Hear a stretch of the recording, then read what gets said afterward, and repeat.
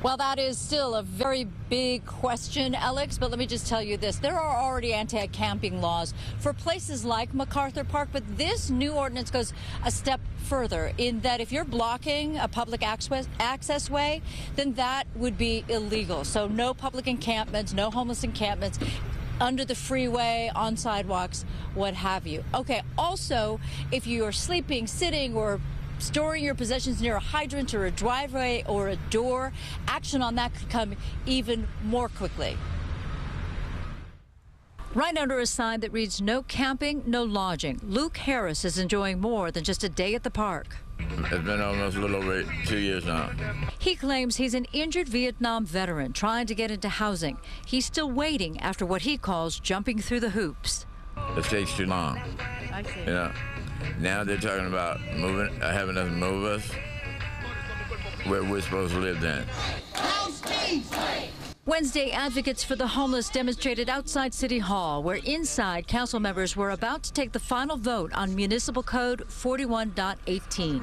Okay, members, let's go ahead and prepare to vote on this item. Undeterred, the City Council passed the ordinance 13-2. It will be some relief to areas that I think have great concerns, like parks and schools, entrances around businesses, locations around current homeless housing solutions that we've already put in our areas. That would mean people like Luke could be subject to a citation, or if he continues to violate the new rule, he could face higher fines and a misdemeanor.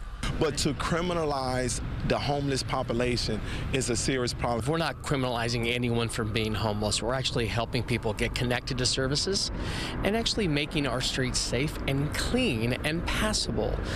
What's so hard to ask here? The ordinance also gives City Council more authority. The council would need to vote to have encampments removed. That's not necessary if someone was sitting, sleeping, or storing property within 2 feet of a fire hydrant, 5 feet of a doorway, or 10 feet of a driveway.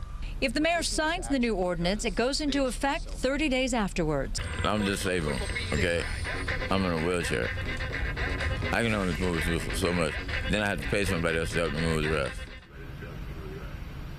Well, if I'm reading the fine schedule properly, it looks as if a first-time violation could cost as much as $100. Now, advocates for the unhoused would say this is the population that can least afford something like that. We also wanted to talk to the 2 council members who voted against this new ordinance. Reached out to Mike Bonin. He did not respond. Nithya Raman has already said publicly that she finds that she agrees with some of this ordinance, but says what's missing, compassion. Reporting live near MacArthur Park, I'm Susan Hirasuna, Fox 11 News. Both of those council members facing recall attempts. Susan Hirasuna, thank you so much.